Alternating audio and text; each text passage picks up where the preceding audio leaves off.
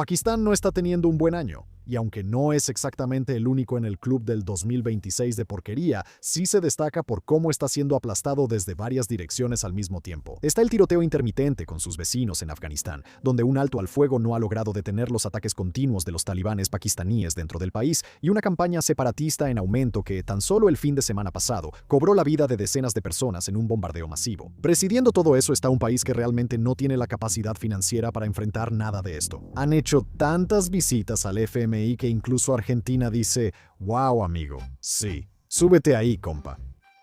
Y aunque ninguno de estos conflictos es particularmente nuevo, Islamabad nunca antes había tenido que enfrentarlos todos al mismo tiempo. Lo que complica aún más esto es que mientras más parece que trabaja en uno de ellos, peor parecen ponerse los otros. Y justo cuando pensabas que no podía empeorar, el único socio que Pakistán menos puede permitirse enemistarse con está empezando a perder la paciencia.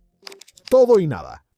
Ahora, antes de hablar de la violencia que se ha salido de control en la provincia más grande de Pakistán, tenemos que entender dónde está ocurriendo realmente. Para aquellos de ustedes que quizá no estén muy familiarizados con la geografía de Pakistán, no se preocupen. Yo me encargo de eso. En el centro de los ataques recientes está la provincia de Baluchistán, la más grande en términos geográficos, ocupando un poco menos de la mitad del territorio del país. A pesar de todo ese territorio, solo tiene alrededor del 6% de la población de Pakistán, lo que la convierte también en la más rural. Si no es mundialmente famosa por su densidad de población, lo es por otra cosa. Alrededor del 80% de la riqueza mineral del país se encuentra aquí, junto con una buena cantidad de sus reservas de gas. Por si eso no fuera suficiente, también tiene uno de los mayores yacimientos de cobre y oro aún sin explotar del planeta, así como la mayor parte de la costa del país y una de las únicas áreas con agua lo suficientemente profunda como para construir un puerto de aguas profundas. Al menos en teoría, Baluchistán debería ser la zona más rica del país, pero no lo es. Ni de cerca.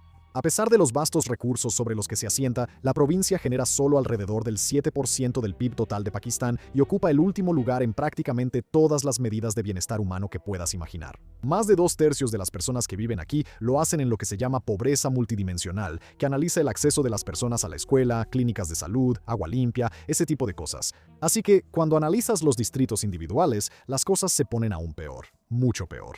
En algunos, más del 90% de los residentes viven en pobreza y unos cuantos tienen una puntuación más baja en el Índice de Desarrollo Humano de la ONU que países como Sudán del Sur.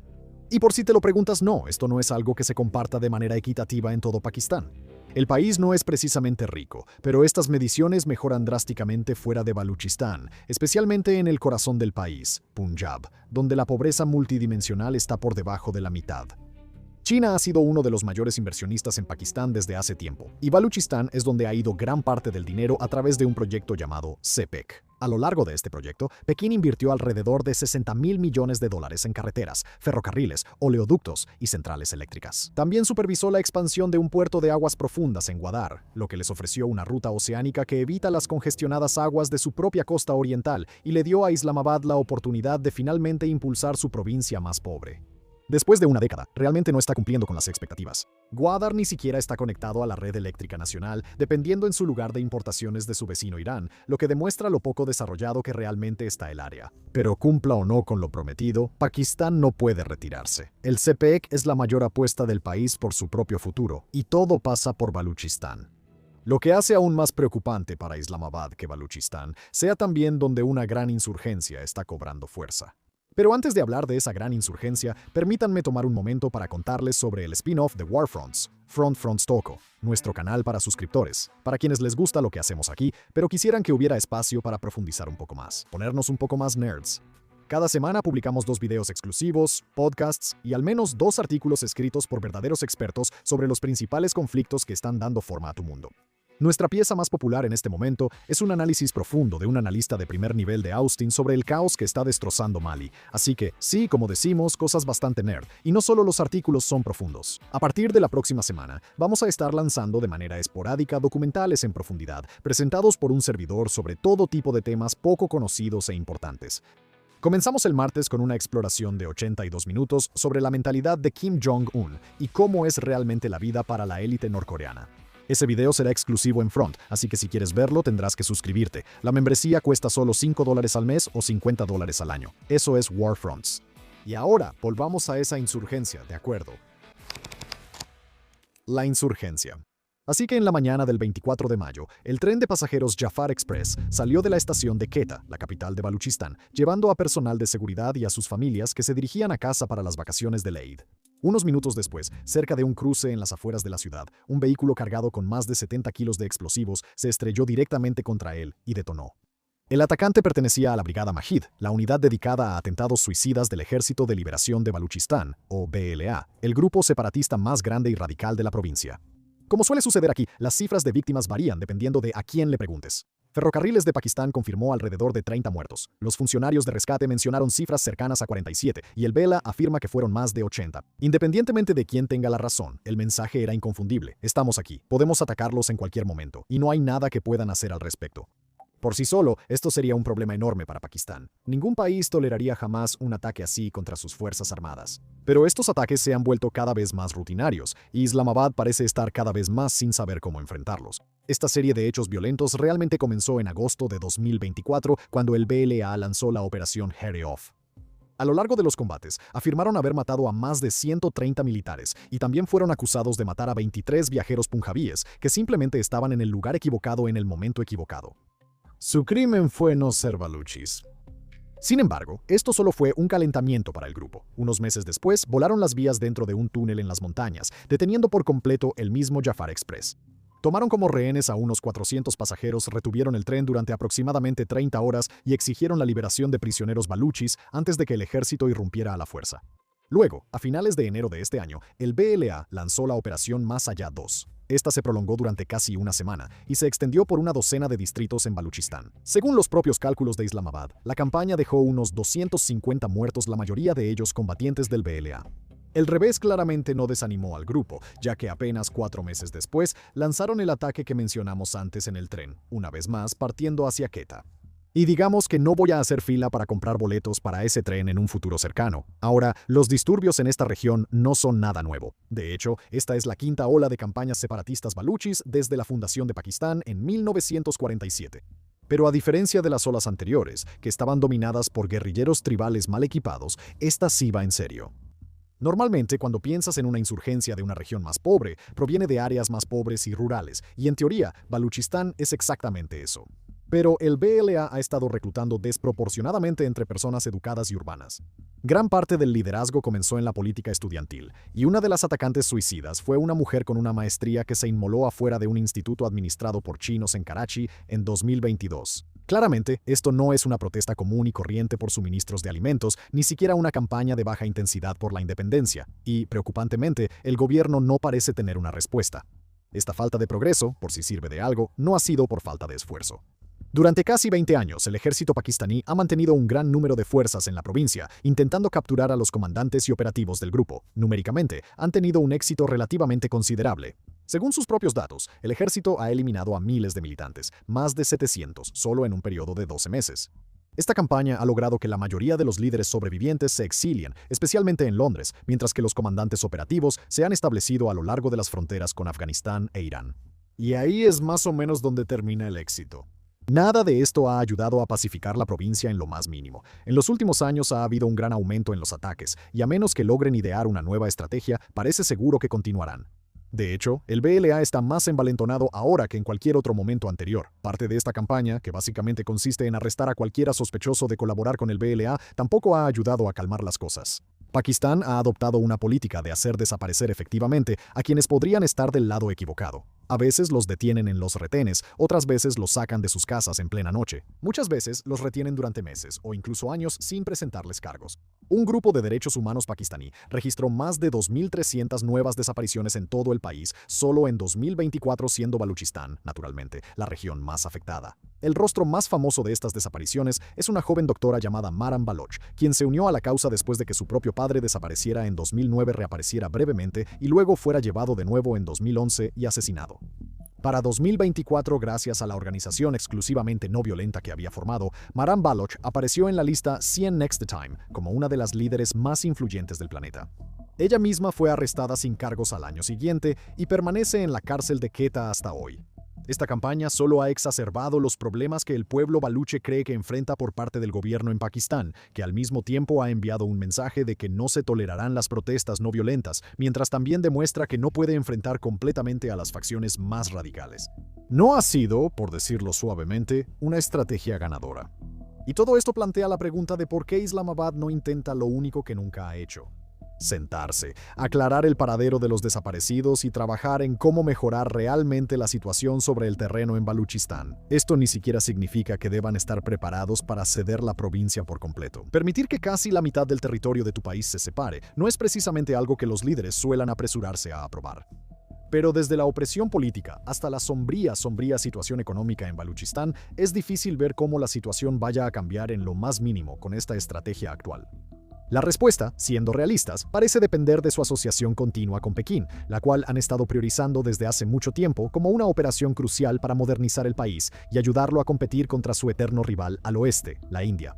En este sentido, los intentos de reforma en Baluchistán son una amenaza no solo para los proyectos de desarrollo, sino también para la seguridad nacional. Y últimamente, este no es solo un problema de Pakistán. Pekín se ha vuelto más impaciente con la incapacidad de Islamabad para evitar que los trabajadores chinos en el país aparezcan muertos cada año que pasa. Pero lo que quiere Pekín jala a Pakistán en dos direcciones al mismo tiempo: aplastar la insurgencia por la fuerza y enviar más tropas a una provincia que cada vez más ve al ejército como una fuerza de ocupación. Para ganarse a la población, tendrían que hacer lo único que nunca parecieron dispuestos a hacer: dejar que los ingresos del proyecto realmente se queden en Baluchistán en lugar de regresar al centro. La razón por la que eso es tan difícil de aceptar es que básicamente cambiaría por completo la forma en que funciona Pakistán. Es en gran parte un estado-nación dirigido por Punjab, y las periferias han canalizado recursos hacia Islamabad durante mucho tiempo para que todo funcione. Darles a los baluchis un control real sobre sus propios recursos significaría que el establecimiento renuncie a una fuente de riqueza de la que ha dependido durante décadas, y el ejército teme a dónde podría llevar eso, y no sin razón. Ya han visto cómo una provincia se separó: Bangladesh, antes conocida como Pakistán Oriental, y si Baluchistán sigue el mismo camino, todo el proyecto corre el riesgo de desmoronarse. A pesar de toda la atención sobre Baluchistán, es solo una de las muchas crisis que enfrenta el país. Anteriormente, aquí en Frentes de Guerra, cubrimos la guerra que estalló en febrero entre Afganistán y Pakistán. Y aunque técnicamente hay un alto al fuego en vigor, no lo notarías por lo que ha estado ocurriendo ahí últimamente. Para ponerte al tanto, en febrero Pakistán lanzó una serie de ataques contra su vecino Afganistán, apuntando a supuestos sitios de entrenamiento del Tariq-e-Talibán, o TTP. Este grupo es distinto del Talibán afgano, que ha estado gobernando en Kabul desde 2021, y aunque el gobierno afgano niega cooperar con el TTP, no es precisamente difícil darse cuenta de qué lado están.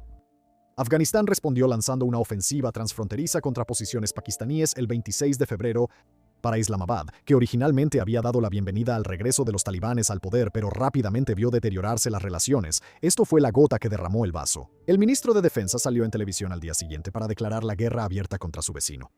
Un frágil alto el fuego alcanzado en marzo calmó lo peor, pero como en tantos otros conflictos que ocurren actualmente, los altos el fuego son más un concepto abstracto que una realidad que pueda hacerse cumplir.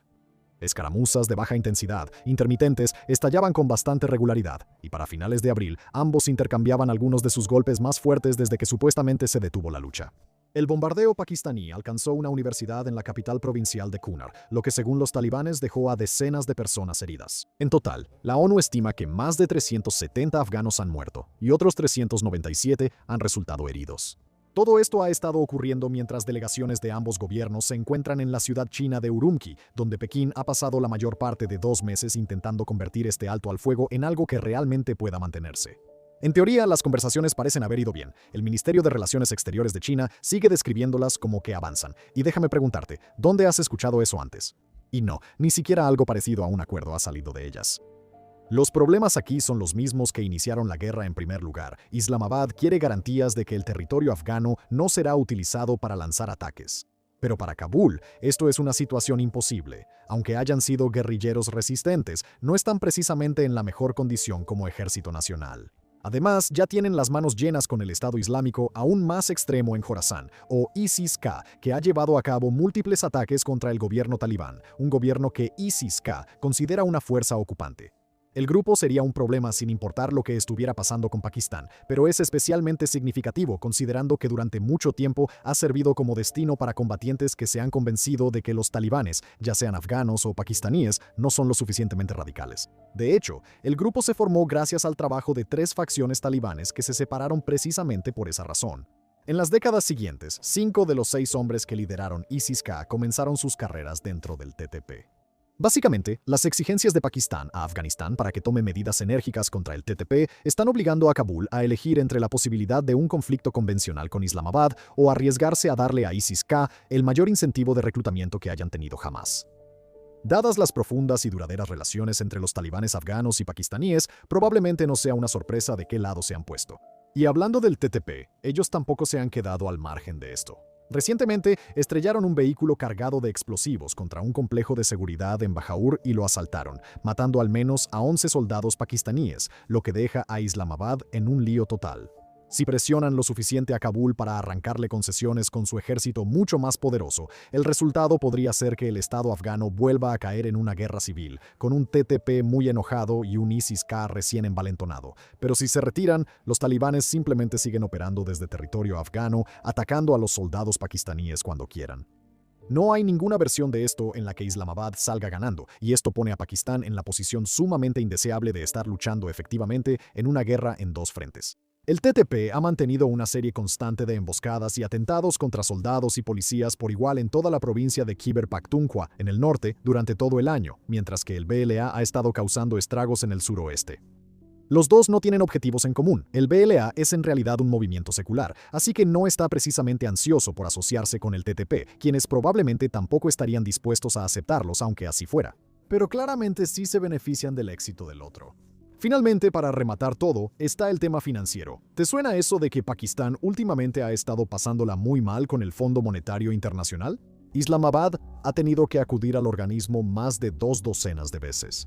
Y aunque eso obviamente ha tenido efectos secundarios para la gente común, la mayor causa de preocupación en Islamabad podría ser lo que eso dice sobre su capacidad para costear guerras sostenidas con insurgentes y su vecino Afganistán.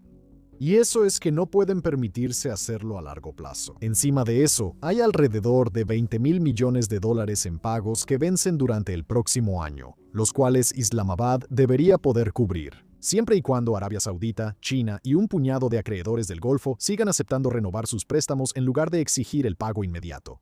Eso ya no es tan seguro, dado que los Emiratos hicieron precisamente eso a principios de este año, aunque vale la pena recordar que Pakistán se ha estado acercando más a los sauditas, lo que podría sugerir que Riad probablemente no haga lo mismo. Todo esto pinta el panorama de un país que nadie podría decir que está colapsando, pero que sin duda ha visto días mejores.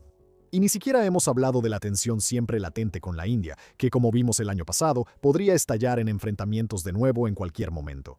A pesar de todo esto, vale la pena recordar lo que realmente es Pakistán. No se trata de un estado fallido cualquiera. Es un país de 260 millones de personas con un arsenal nuclear además, que está luchando contra 2 insurgencias que no puede someter. Sostenido por acreedores cuya paciencia se está agotando y gobernado por una élite que prefiere intentar imponer el statu quo en Baluchistán antes que implementar reformas significativas. Ninguna de estas crisis se va a resolver fácilmente y ninguna de ellas va a desaparecer. Lo que es aún más inquietante es que nadie, ni Islamabad, ni Pekín, ni Washington, tiene un plan real para lo que sucederá si todas estas crisis llegan a un punto crítico al mismo tiempo. Gracias por vernos.